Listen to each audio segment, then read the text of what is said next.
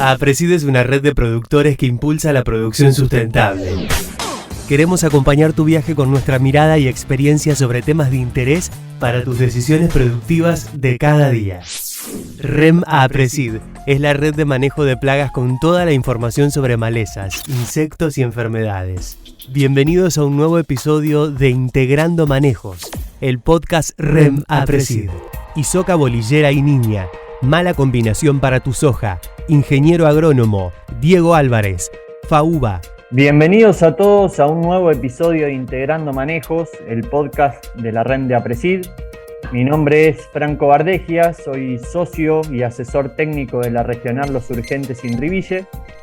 Y en esta oportunidad invitamos al ingeniero agrónomo Diego Álvarez, egresado de la Universidad de Buenos Aires, docente de la Cátedra de Zoología de FAUBA y asesor privado en el norte de la provincia de Buenos Aires y sur de Santa Fe. Diego, ¿cómo estás? Buen día. Gracias por sumarte a este nuevo episodio. Buen día, Franco. ¿Cómo estás? ¿Todo bien por acá? Bueno, mejor así. Diego, hoy nos convoca el tema oruga bolillera.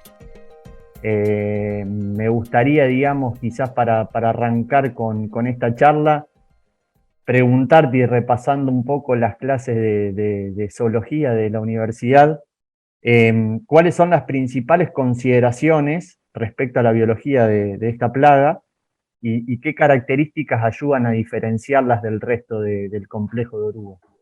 Sí, Franco, primero contarte que en los últimos años se transformó en una plaga clave del cultivo. O sea, clave significa que está presente todos los años, en mayor medida o en menor medida, pero todos los años están presentes. Que la zona endémica es el sur de Santa Fe, norte de Buenos Aires, costa del Paraná, departamento General López. Para mí, yo siempre vivo en la capital de la bolillera. Muchas veces para reconocerla hay dos características que son fundamentales. Una, al ponerla sobre la palma de la mano, vamos a ver el trasluz que tiene pelos, que tiene una línea blanca en zigzag, y que las patas del último segmento pareciera como que la va arrastrando. Yo me acuerdo, Daniel Igarzábal dijo, parece el baúl de un Renault 6. Pero es bastante característica cómo terminan sus últimas patas del último segmento. Así que yo creo que esas son características morfológicas bastante fáciles a campo de reconocer. Bien, bien. Y en cuanto a presencia de plaga, ¿cuál es, digamos, por ahí la época o el momento de mayor incidencia y cuáles son los daños que puede llegar a generar? Mira, el ciclo de ella comienza muchas veces en el cultivo de arveja y luego se continúa durante todo el ciclo del cultivo de soja. Hay citas que dicen que se llaman que es una plaga netamente semillera, le encanta consumir proteína, le encantan los granos. Entonces podemos decir que a partir ahora de septiembre, octubre, si se dan las condiciones predisponentes, ya la empezamos a ver en arveja. Y luego se pasa en el cultivo de soja. Años conducentes puede llegar a tener hasta 5 o 6 generaciones. O sea, fíjate todo lo que estoy nombrando, 5 o 6 generaciones a la latitud en la que estamos sembrando, que es norte de Buenos Aires, sur de Santa Fe, es un montón. Entonces una plaga, una vez que está instalada en los cultivos, generalmente le encantan las leguminosas, como decía, una vez que está instalada es muy difícil sacarla del sistema. Y entonces comenzamos a convivir durante todo el ciclo de cultivo con ella. Ella genera 3 tipos de daños, usualmente. Uno es la defoliación, pero prácticamente es incipiente. Luego llega el daño del corte de brote, que es el más peligroso y el que más merma de rendimiento genera en los cultivos, principalmente de soja. Y finalmente genera un daño directo, alimentándose directamente de las vainas y de las semillas que se están formando. Esos son los 3 tipos de daño. Esos 3 tipos de daño significa que hay cambios del hábito alimenticio durante su ciclo de vida. Y esto es lo que dificulta su manejo. Bueno, vos Diego, ahí nombraste algo que quizás da el puntapié para hacerte una consulta. Nombraste para la presencia de la plaga que se den las condiciones predisponentes. Yo estoy en el sudeste de Córdoba. El año pasado bolillera fue un grave problema, quizás en estadios iniciales del cultivo de soja. Y haciendo una reconstrucción de los hechos que sucedieron la campaña pasada, ¿cuáles crees, digamos, que son esas condiciones que favorecen a una mayor presencia de la plaga? Si hay una relación directa con las prácticas culturales que realiza el productor, o quizás son más características climáticas las que hacen que que predispongan más presencia de plagas? Mirá, te voy a contar, son varias cosas, ahí es muy difícil, ¿viste?, responder eso, pero digo que hay varias interacciones que se dan en el cultivo. Lo más importante es primero que intensificar la rotación significa una mayor oferta alimenticia para esta plaga. Y cuando digo intensificar la rotación, ya sea a través, por ejemplo, de leguminosas, villa villosa o como nombraba recién, arveja, lenteja, garbanzo, son toda una oferta alimenticia altamente nutritiva para ella y hace que la población arranque desde salida del invierno con una mayor abundancia de comida, por lo tanto, eso le genera una mayor predisponibilidad a que haya más cantidad de la plaga. Eso por un lado. Después, por otro lado, cuando miro las condiciones ambientales, obviamente que todo insecto tiene su temperatura óptima de crecimiento y la disponibilidad, ¿no es cierto?, de precipitaciones que le puede jugar en contra. Pero acá hay una íntima relación entre cultivo-plaga. Y lo que estuve viendo en los últimos años es que cuando la tasa de crecimiento del cultivo cae, o sea, las hojas están estresadas, como la plaga es clave, yo dije, está presente todos los años, al caer la tasa de crecimiento del cultivo es cuando se comienzan a observar los mayores daños. Porque a lo mejor la plaga está presente en cantidades muy bajas, pero como la tasa de crecimiento del cultivo está frenada, esa baja población es suficiente como para que se generen daños importantes sobre el cultivo. En contrapartida, cuando tenemos años de muchas precipitaciones y la tasa de crecimiento del cultivo es alta, continuamente yo creo que esas son las dos variables más importantes. La relación entre la plaga y el cultivo, y cultivos que están creciendo activamente se defienden mejor que cultivos que están frenados en su desarrollo y crecimiento. Bien, bien, Diego. Bueno, ahí sigo con estos puntos que nos vas dejando, pensando en esta campaña 22-23 que se nos avecina, con una línea ya bastante fuerte, por lo menos hasta lo que son los meses de enero-febrero. Esperamos, digamos, que la tasa de crecimiento por falta de condiciones por parte del cultivo sea lenta, el atraso en fecha de siembra, la intensificación que se vino realizando a través de cultivo de servicio en las diferentes zonas, más que todo en lo que es zona núcleo. Como productor o como técnico que da recomendaciones en lotes, ¿qué manejo de biotecnología tengo para ya arrancar, digamos, con una defensa ante ese avance de bolillera? Sí, es como digo, Franco, esta semana, hará unos días, ya todos los productores están planificando y está en boca de todo cuando toca la parte de insectos que vamos a hacer con bolillera este año. El primer mensaje para mí es alta la probabilidad que volvamos a tener la plaga, por todo lo que vos nombraste. Entonces, como que tenemos dos estrategias, estoy armando con mis clientes. Una es la estrategia basada en la biotecnología, que yo creo que es una herramienta que hará 2 campañas que la vengo implementando con muy buenos resultados, que es la utilización de soja intacta para protegerme de ese BE, BC, B1, B2, B3, B4, que si lo quiero afrontar con químicos, funcionan, pero muchas veces no encuentro los resultados, ¿viste?, que yo quisiera. Entonces, tenés una opción que sería la utilización de la biotecnología. Y si no, tenés la opción de uso de químicos. Y dentro de químicos aparecen principalmente 2 familias como algo a tener en cuenta, que son las diamidas o bisamidas y las espinocinas. Eso serían, en un contexto de rotación de activos, lo que tendríamos que tener en nuestros galpones como para enfrentar la campaña. Bien, bien. Y yendo, digamos, más al lote, suponiendo una estrategia de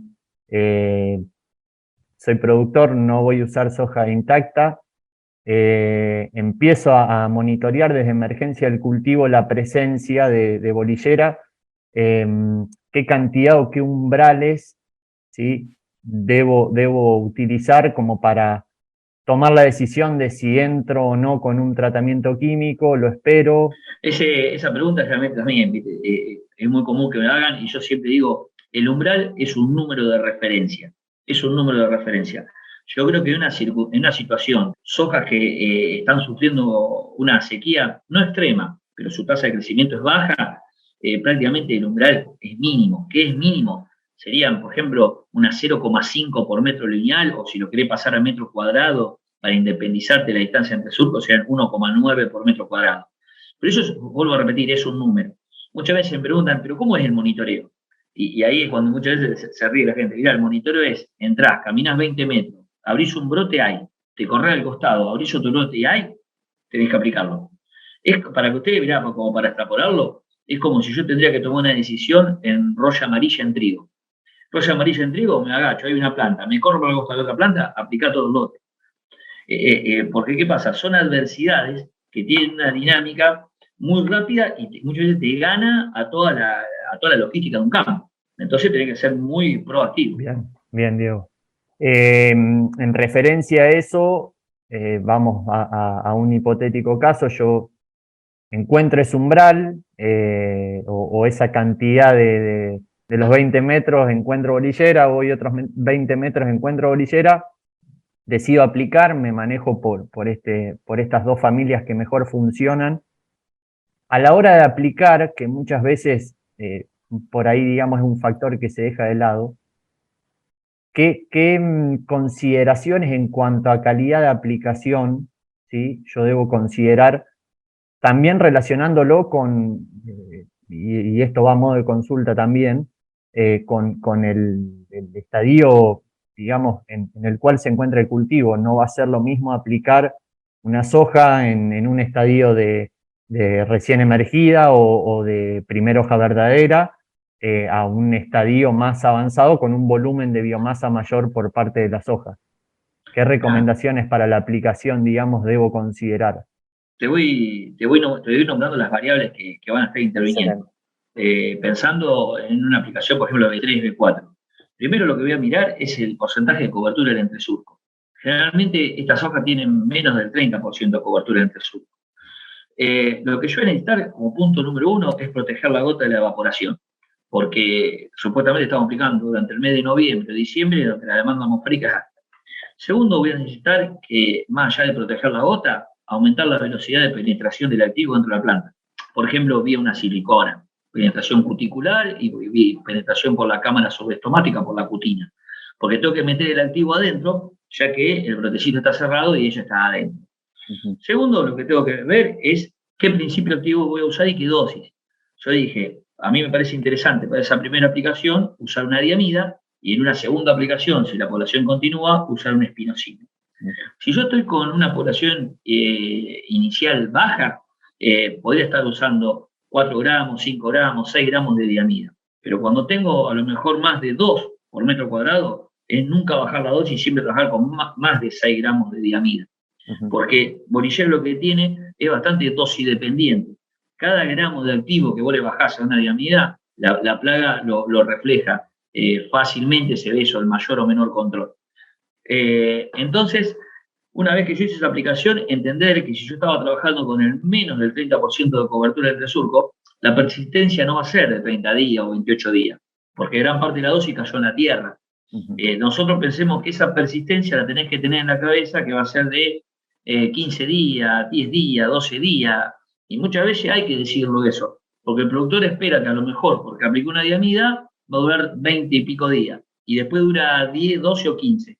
Y no es que el principio activo es malo, es que eso funciona de esa forma, cayó en la tierra y las isocas no comen tierra. Pero es importante, como ya de por sí supongamos que tenga todas estas variables controladas, la eficiencia de control general es alrededor del 80% con el éxito mayor. Entonces, para tener todo esto controlado es importante trabajarlo con una población inicial baja de la plaga. Cuando yo superé las 3 bolilleras, hacete una idea que eso va camino a la reaplicación o al fracaso. 3 es un montón. Por eso yo nombré 0,5, 1. Bien, bien. Excelente, Diego. Pensando ya, digamos, fuimos repasando un poco estrategias que puedo tener a la hora de tomar la decisión sobre bolillera.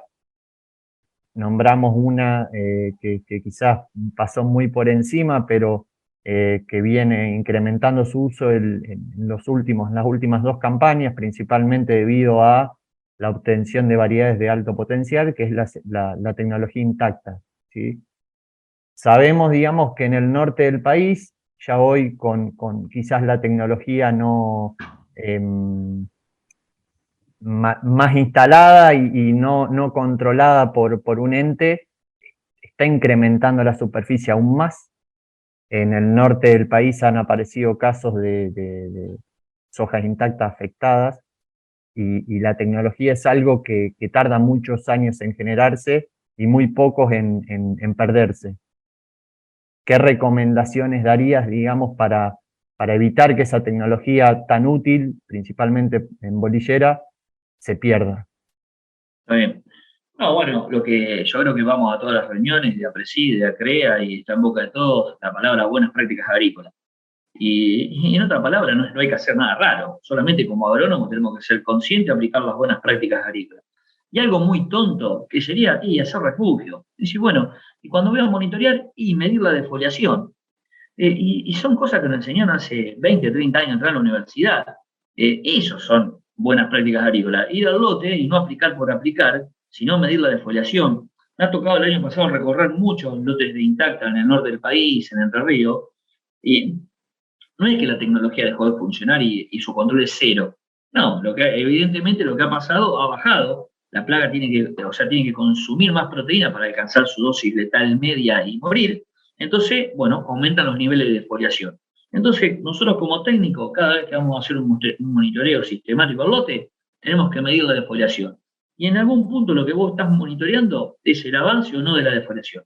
En algún momento esa defoliación alcanzará un nivel y será necesario a esa biotecnología acompañarla con un tratamiento químico. Y eso es lo que estamos haciendo, el manejo integrado de plagas, donde usamos distintos pilares, como la biotecnología, la parte química y el monitoreo. Que no solamente quede en una charla en un congreso, sino que en el día a día, cuando nos bajamos de la camioneta, lo apliquemos. Excelente, Diego. Muy, muy buena la recomendación, y siempre está bueno refrescarlo para poder llevarlo a cabo, como vos decís, en el lote. Diego, ya estamos entrando en la recta final, estamos ya terminando con el tiempo estipulado para el podcast. Me gustaría, digamos, a modo de cierre, primero agradecerte por tu participación, tu buena onda. Tuvimos algunos problemas de conexión y bueno, acá estamos grabando el episodio. Si querés dar un mensaje de cierre y bueno, a modo de conclusión de lo que estuvimos charlando, para que el productor se lleve algunos punteos de todo lo que fuimos abordando en este podcast. No, Franco, bueno, primero gracias a ustedes por la invitación, que la verdad que participar para presidir es un honor. Y la herramienta de todo esto que estuvimos discutiendo es el monitoreo, o sea, ir y recorrer el lote. A mí me toca dar clase en la facultad y muchas veces los alumnos están enloquecidos con la agricultura digital, con la agricultura de precisión y todas esas cuestiones, y se están olvidando de cosas básicas como lo que nombré hoy, la defoliación, o conocer la escala fenológica de Fer y Cabinis de una soja, o conocer el ciclo biológico de la plaga, que son 3 pilares fundamentales para manejar el sistema. Entonces, yo no estoy en contra de todo el avance tecnológico que se genera en el agro, pero no nos olvidemos de la agronomía base. Entonces, el mensaje es hacer el monitoreo, aplicar la agronomía base, y una vez que entendamos el sistema desde su base, ir incorporando estas nuevas herramientas digitales que yo creo que son fantásticas. Así que bueno, un poco ese es el mensaje.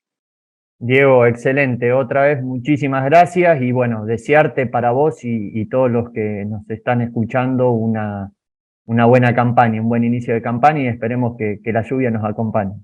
Sí, muy esperada la lluvia. Diego, un abrazo grande. Un abrazo, Franco. Las siguientes empresas sponsors son parte de la REM: Bayer, Corteva AgriScience, FMC, Summit Agro, Sumitomo Chemical, Syngenta, UPL, Rizobacter. Los esperamos en el próximo episodio de Podcast REM, Integrando Manejos.